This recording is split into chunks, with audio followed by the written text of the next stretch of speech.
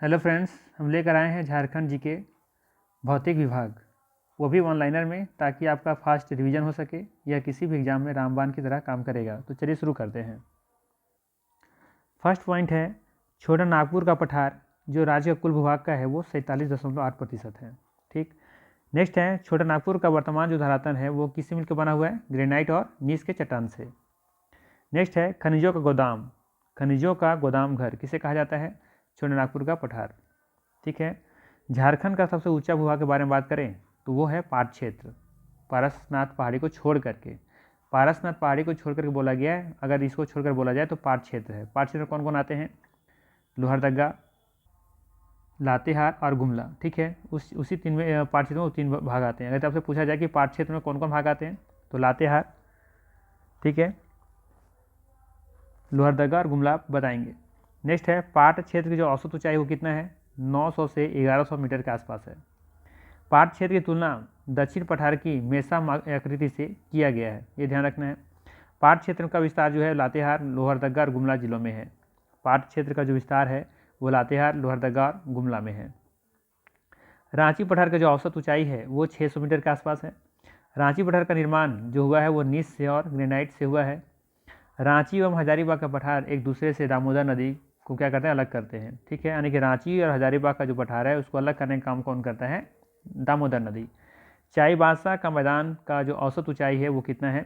150 metre है। राजमहल trap जो आपका साहेबगंज में देखने को मिलेगा, झारखंड के उत्तरी पूर्वी भाग में स्थित है। अगर बात करें इस मैप का तो आपको यहाँ पे देखने को मिलेगा। ठीक है, साहेबगंज में ही है क्या? राजमहल ट्रैप, जो पश्चिम बंगाल और बिहार से सीमा साझा करता है। राजमहल ट्रैप का जो सृजन हुआ है, जो निर्माण हुआ है वो जुरासिक काल में हुआ है, ध्यान रखिएगा। राजमहल ट्रैप का जो औसत ऊंचाई है वो 150 से 300 मीटर के आसपास है। राजमहल ट्रैप बेसाल्ट चट्टानों से निर्मित हुआ है, ध्यान रखना है। राजमहल का जो ट्रैप है वो बेसाल्ट चट्टानों से मिला है, जबकि इसकी औसत ऊंचाई 150 से 300 मीटर के आसपास है। और राजमहल ट्रैप का जो निर्माण हुआ है वो जुरासिक काल में हुआ है। और साथ ही ये ध्यान रखना है कि जो राजमहल ट्रैप है वो झारखंड के उत्तरी पूर्वी भाग में स्थित है, मतलब कि साहेबगंज के बारे में बात हो रहा है यहाँ। ठीक है। झारखंड का सर्वोच्च शिखर के बारे में बात करें तो ये पारसनाथ में, और पारसनाथ कहाँ है? गिरिडीह में है। झारखंड के सर्वोच्च शिखर का जो औसत ऊंचाई है वो समुद्र तल से कितना है? 1365 मीटर है। ठीक। पारसनाथ की पहाड़ी गिरिडीह का पठार में स्थित है, ये भी पता है आपको। पारसनाथ पहाड़ी गिरिडीह जिला में स्थित है। ठीक है, चलिए नेक्स्ट देखते हैं। झारखंड का जो द्वितीय सर्वोच्च शिखर है वो कहाँ है? वो या फिर कौन है? सर्वत पहाड़ी है। बात करिए कहाँ पर है तो ये आपको देखने को मिलेगा गढ़वा में। इसकी जो ऊंचाई है वो 3800 फीट है। ठीक है, इसको ध्यान में रखिएगा। 3800 फीट किसका? सर्वत पहाड़ी का। ये कहाँ है, कौन से जिला में है? तो गढ़वा जिला में है। चलिए नेक्स्ट देखते हैं। सारंडा की पहाड़ी एवं वीरमित्रपुर की पहाड़ी सिंहभूम पठार के दक्षिण में स्थित है। बात करें हम सारंडा की जो पहाड़ी है और वीरमित्रपुर की जो पहाड़ी है वो कहाँ है? सिंहभूम पठार के दक्षिण में स्थित है। ठीक है, चलिए नेक्स्ट देखते हैं। पोराहाट की पहाड़ी रांची पठार और सिंहभूम पठार के मध्य स्थित है। जो पोराहाट की जो पहाड़ी है वो आपको रांची पठार और सिंहभूम पठार के मध्य में देखने को मिलेगा। और इधर पोराहाट मिलेगा, इधर रांची का पठार, उसी के बीच में क्या मिलेगा आपको? सिंहभूम पठार। और सॉरी, मतलब ये रांची पठार हो गया ये, और ये हो गया सिंहभूम पठार। इसी के मध्य में क्या स्थित है? ये आपका पोराहाट की पहाड़ी।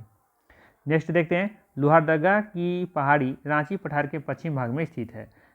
बात समझ में आया? जो रांची का पठार के पश्चिम में स्थित है क्या? लोहरदगा की पहाड़ी।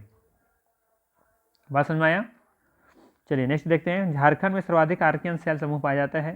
झारखंड में सर्वाधिक जो शैल जो पाया जाता है वो किस समूह का है? आर्कियन शैल का। छोटा नागपुर का पठार प्रायद्वीपीय पठार का भाग है। छोटा नागपुर जो पठार है वो प्रायद्वीपीय पठार का भाग है। नेक्स्ट देखिए। छोटा नागपुर का पठार प्रायद्वीपीय पठार के उत्तर पूर्व भाग में स्थित है। जो छोटा नागपुर का पठार है वो प्रायद्वीपीय पठार के उत्तर पूर्व में स्थित है। ठीक। छोटा नागपुर का पठार चट्टाने जो हैं वो किससे मिलकर बना हुआ है? क्रिस्टलीय और कायंत्रित है। क्रिस्टलीय और कायंत्रित है। किसका? छोटा नागपुर का जो पठार की जो चट्टाने हैं वो क्रिस्टलीय और कायंत्रित हैं। और छोटा नागपुर के पठार की जो रचना हुआ है वो लावा चट्टानों से मिलकर के हुआ है। Thanks for watching.